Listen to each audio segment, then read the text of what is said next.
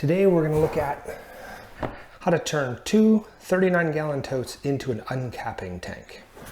The totes I got for this project I got at Home Depot. I also recently found them even cheaper at Sam's Club.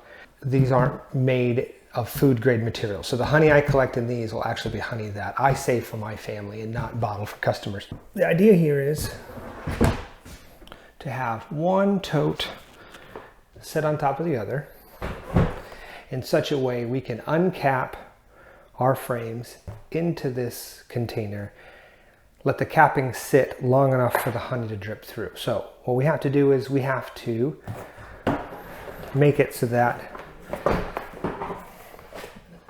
capping can be collected in here, honey can fall through. So we're going to have to, of course, put some holes or some drainage on the bottom of this tote and find a way to keep that tote above this one so this can collect the honey. So what my plan is to drill holes in the bottom of the top one and cut out sections on here so that the frame is still there. There's a support in the middle. The tote will set on this lid, but the honey will be able to go through. So that's our plan.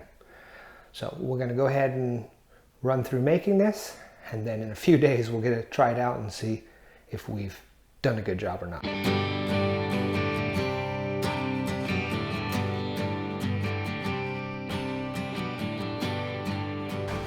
And there we have our two openings, and still a lot of support here. So we'll clean this edge up and we'll see what it looks like. So this is the tote that goes on top. I think plenty of room for honey to go through, but also strong support for the top tote. The thing I like about these 39-gallon totes is the frame will actually fit crossways here. So I'm going to have a rail to hold my frames when I uncap, and then I'm going to be able to put them right here while I'm waiting for the extractor to spin out the frames it currently has. And I can get 5 or 6 in there, maybe even all the way up to 9 while the extractor's running, and then I'll have a fresh set to put in. Now we'll get to drilling holes in the bottom tote. I'm going to do a sample just to see if the size of hole feels right. Watch my hand, of course. We don't want cappings to fall through, but also you know that cappings can clog up holes pretty well. So that's a 7/32 hole, nearly a 1/4 inch. It feels kind of big. We will be filtering this honey, of course, if any cappings do get through, but I'd rather have to filter a little bit of cappings out than constantly have the holes clogged up. So I think we're going to go ahead and go with that. I'm not going to get real systematic. I know that there has to be a lot of holes, so it'll take me a bit, but I'm just going to go and try to do a grid back and forth and get just a ton of holes going. I'll stay away from the edge just a little bit since our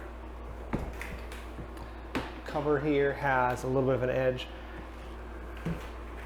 So maybe I'll start down about here.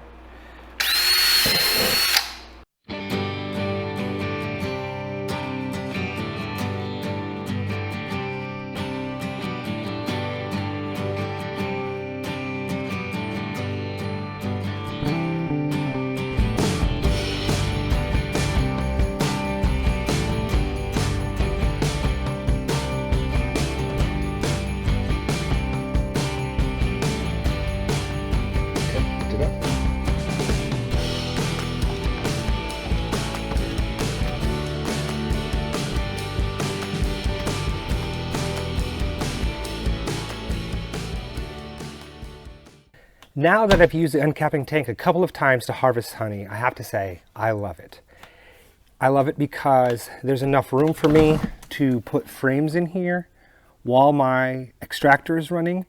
And so as soon as the extractor is done, I can take those frames out, and I already have 9 frames ready to go into my extractor.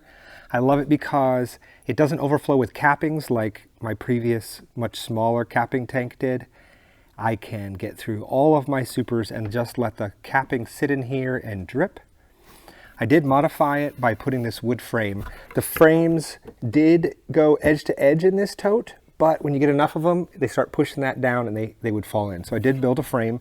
You can measure what your super measurement is. This one here is 18 and 3/16, I think, and works well for me. I put a nail sticking up here so I can pivot the frame. Put a little piece of plastic, scrap plastic here so I can put my capping fork or my knife there as I work. And the only modification I still want to make is put a honey gate in the bottom tote. Right now I don't have that, so I need some help from somebody to pour the honey out the top corner. Can get a little messy, but not too bad. And I usually have over 5 gallons of honey in that bottom tote. So I get 2 buckets ready. I do pour it through a filter, but it's usually pretty clean. And I hope this video was helpful, and I'd love to see it if you build one for yourself, and I think you'll really like having an uncapping tank like this. Thank you, and as always, happy beekeeping. This video brought to you by Comfort Pro Suits. If you're looking for a lightweight, breathable, comfortable, protective bee suit, check out Comfort Pro Suits. Family owned and operated and striving to keep you comfortable in the bee yard.